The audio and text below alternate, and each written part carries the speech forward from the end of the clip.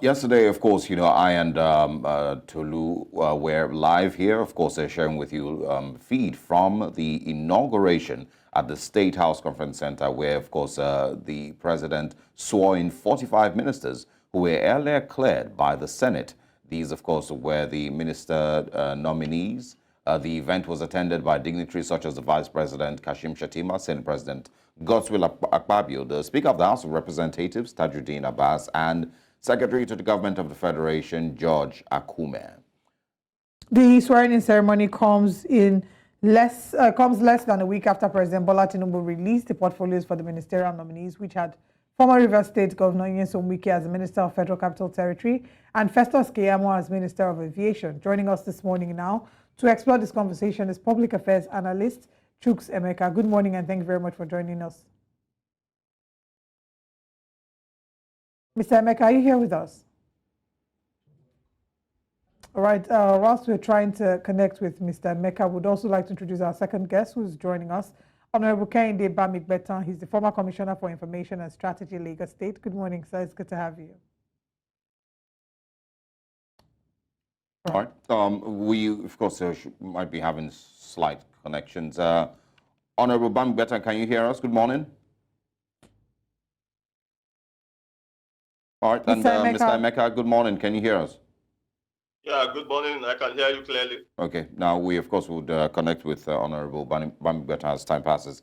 Mr. Emeka, let's get your views on, the ministers have been sworn in, so I think we probably should move past the, conversations about whether they're qualified or not at this point. So, but I'm guessing, I'm thinking most of the conversation we're having this morning is going to be post-swearing in. But I want to get your views on, those who have criticized the ministerial nominees and, of course, the portfolios that they've been given. Do you agree with the criticism that exists? And, for those who say that there's one or two that are square pegs and square holes. Yes, I share the sentiment with people who are criticizing the government in terms of the ministerial positions that have been given out.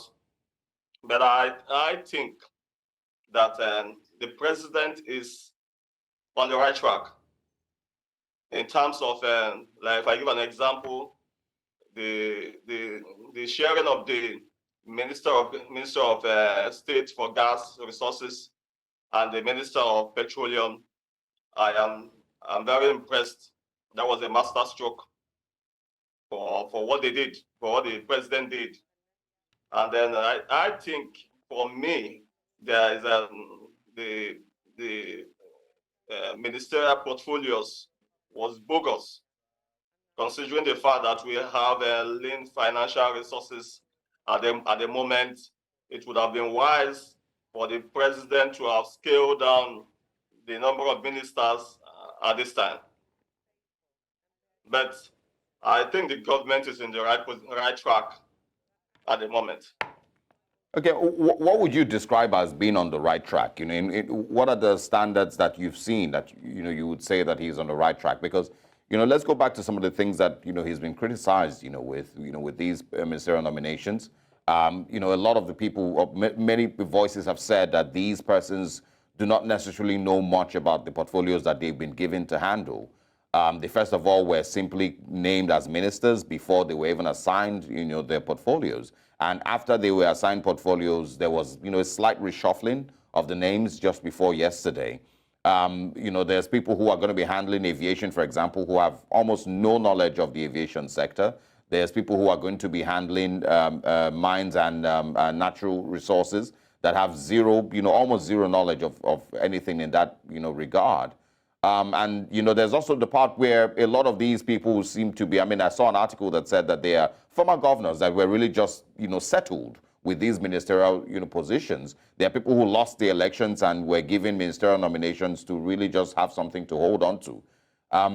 So in what regard would you say that he's, on a good start or kicking off, that you commend, the start of the current administration?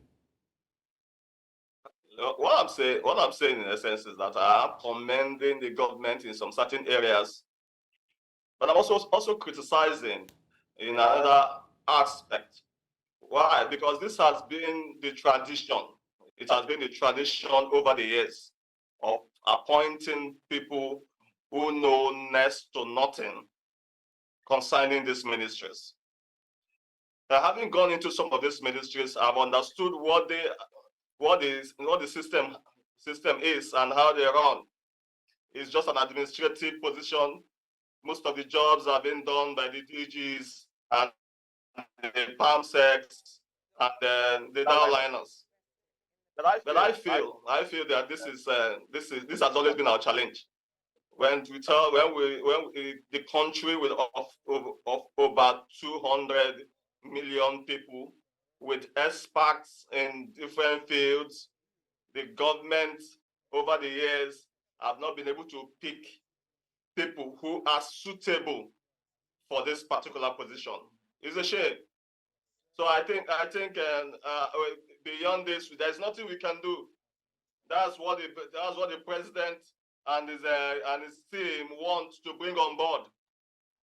But what I'm saying is that the president should also be given some kudos in some certain areas and also be given some knocks in some certain areas.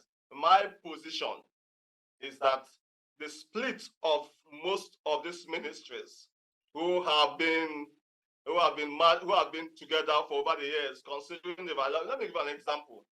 In the gas, for the gas ministry, the gas sector is underdeveloped over the years.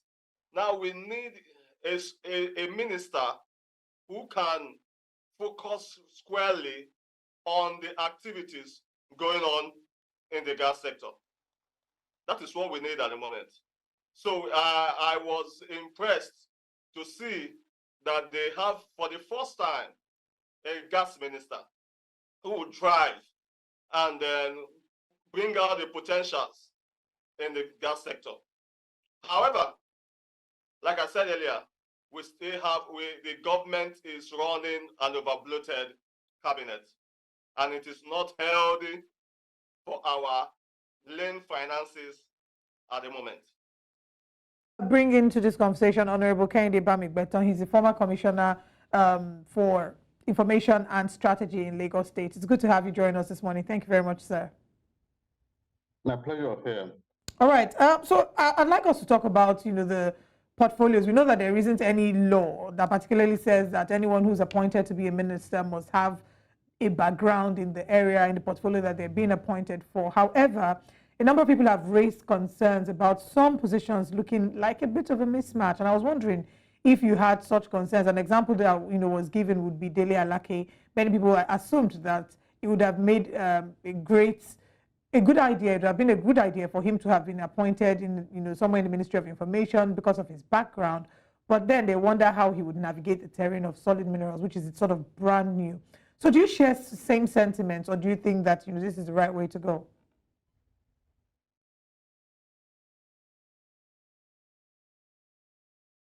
Hello, sir. Hello, sir. Are you there with us?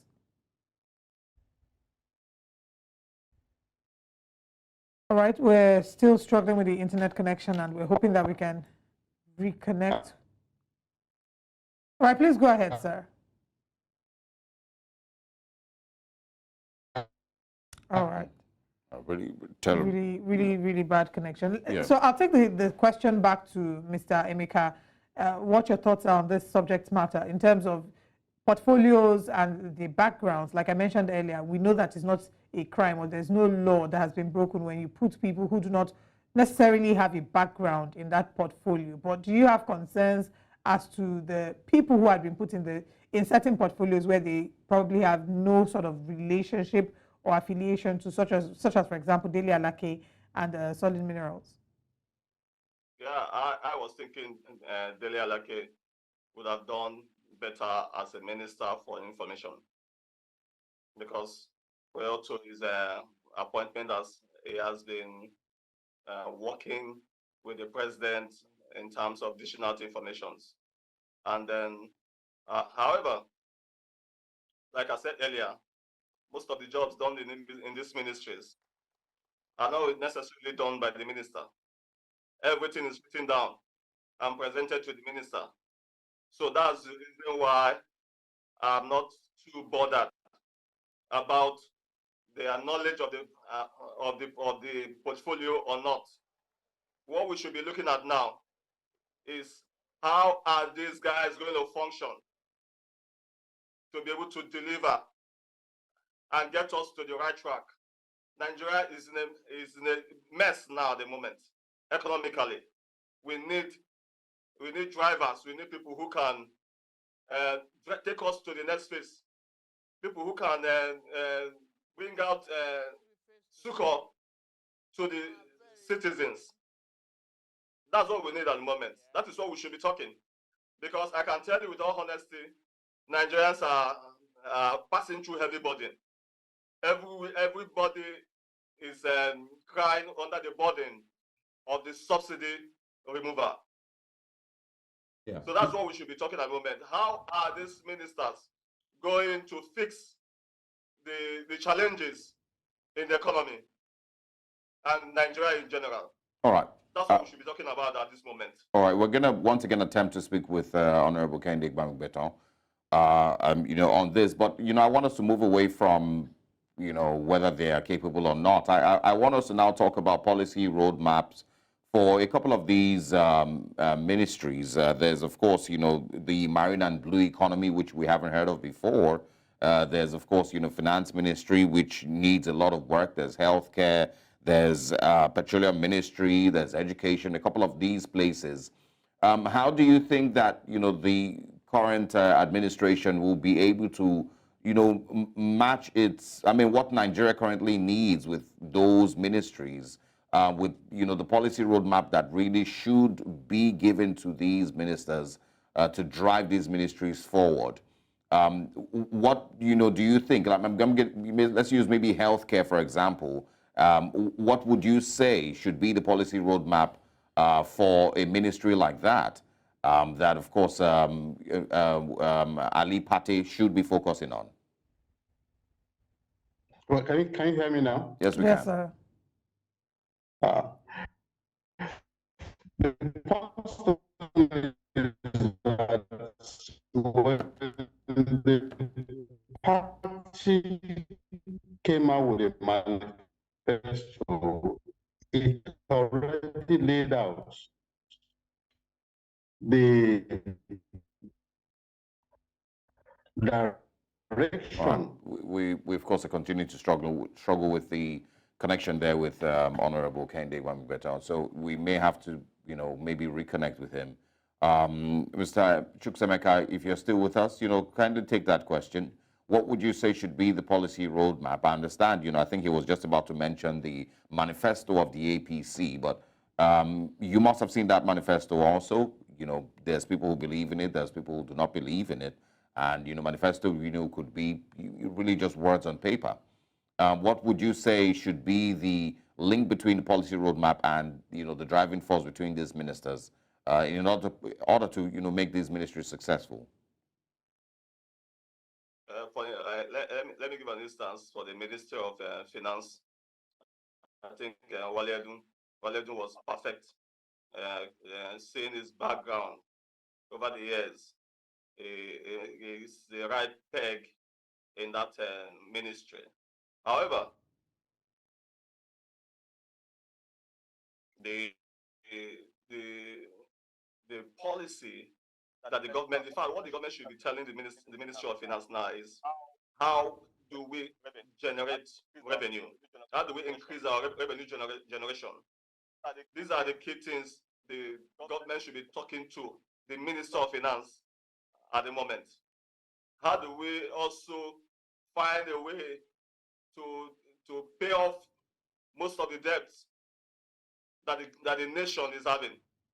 These are the critical areas that the government should be looking at in terms of the Ministry of Finance, because the country is embedded and is having homogeneous debt now at the moment. We need someone who can drive down this debt, and also someone who can increase revenue generations. these are the key areas which the president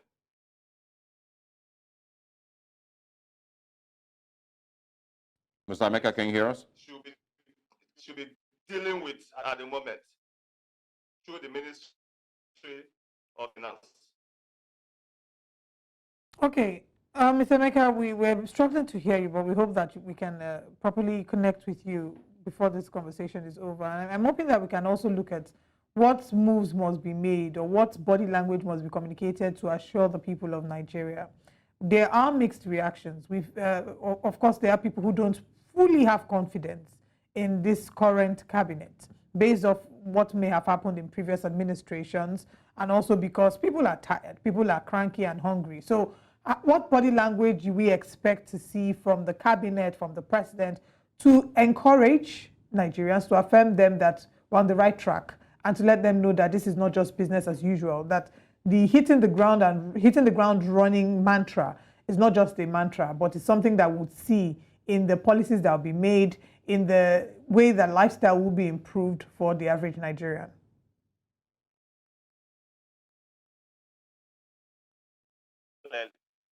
I didn't get that question clearly. I was asking what can you say we should see in terms of body language from the members of cabinet and from the president to maybe not rid Nigerians of their affair, but to encourage Nigerians that they're on the right path, because there are a number of Nigerians who do not have as much faith in the current administration or in the current cabinet, not necessarily because of anything they might have done, but because of previous antecedents, also because of the struggles that Nigerians are currently experiencing. So there's a lot of discouragement in the air. What would you see as some of the things that you expect to see, the body language you expect to see from them to encourage and affirm Nigerians that we're on the right path? I think the first thing that the minister, more especially the Minister of Humanitarian Affairs, should swing into action in providing palliatives to cushion the effect of the fuel subsidy. The Minister of Finance should begin to tell us how to scale down on our debt. A lot needs to be done. The Nigerians are suffering as at the moment, I have to tell you with all honesty. Yesterday, while I was driving from the mainland to the island, there are few cars on the road because the financial power of most Nigerians are down. They can't buy fuel at that exorbitant rate. Imagine fuel increasing at 500%. It's practically not easy for the market woman on the street. It's not easy for the shop, for the barber. It's not easy for the vulcanizer. In fact, it's not even easy for the big men driving big cars, because a lot needs to be done now. The country is under heavy burden and sitting on the take of gunpowder. So the Nigerians, the ministers will swing into action, first of all, in providing palliatives to the citizens. And recently we heard that the federal government is trying to bring in 3,000 CNG buses. This should be immediately deployed so that Nigerians can begin to feel the effect of the palliatives that have been promised. These are the things that should be done now that will make everybody say this government is trying to fix the challenges at the moment. And also, we should be talking about the issue of repairing and maintaining our refineries. We have 4 refineries in Nigeria. In fact, the last time Nigeria actually built a refinery was in 1989. This is over 30 years now. Nigeria has not been able to get a functional refinery. It's a shame. So we need to, the Ministry of Petroleum should get into action on how our refineries should be brought back to life and start functioning, so that Nigeria can be able on its own to refine petroleum distillates and make Nigerians assess it. This is what we should be doing at the moment. This is what the ministers should kickstart, that will make Nigerians feel that they are ready for the business. This is the body language we need to see. We need to see palliatives out. We need to see the refiners are working. We need to see the price of goods scaling down. These are the basic things that should be brought to the front burner, that will make us know that this government is ready to fix the challenges that we have on ground. Palliatives, and of course, I'm talking about palliatives now as to, bags of rice and CNG buses, because how many buses are you going to put on the road to carry, on the average 10, 20, maybe 50 million Nigerians who need those services? 3,000 buses will definitely not do anything. So it's a drop of water in the ocean. Same thing with sharing, 5 billion naira to states. Same thing with sharing bags of rice, to poor people in the community. It doesn't change anything about their situation if you don't really work towards reducing the cost of living or improving on their earning power. But, of course, everyone has their own arguments. The president, of course, is very likely to, take the position of Minister of Petroleum. Heineken Lokobiri is the Minister of State for Petroleum. Of course, it seems like the President Bola Tinubu will be the Minister of Petroleum. Nigeria's oil and gas sector needs a lot of cleaning up. The corruption in that sector, is said to be in monumental levels. And so, do you see that we have a government in office that understands what level of cleanup is required in its oil and gas sector, and will put things in place to ensure that we have, that at least we reduce the corruption to its barest minimum and, boost our oil production and, oil and gas sector? I didn't get that question clearly. I'm asking, about the President Bola Tinubu being the Minister of Petroleum and taking a look at what is required in our oil and gas sector currently, the level of cleanup or cleaning up that is required with the alleged corruption that, basically defines and, covers that whole sector. Do you see that the President Bola Tinubu being the Minister of Petroleum will be able to fix our oil and gas sector and clean up the corruption that currently, allegedly exists in that sector? The president cannot fix the challenges in the oil and gas sector. That's why I've said it in several platforms. The president needs a technocrat, someone who is experienced, who understands that sector, to be able to fix that sector. The president has a lot of things, a lot of issues, both locally and internationally, that will take a lot of this time. What I would have expected the president to have done is to have a substantive minister of petroleum. This is a very critical season in the life of this nation. The president is supposed to have relieved himself from that position. We have so many sabotage, so many challenges in the petroleum sector, more especially in the oil and gas sector. We have so many challenges at the moment. The president was not supposed to fix himself in this. He would have allowed someone who understands the game, who knows what is going on in that sector, to be able to fix what is going on there.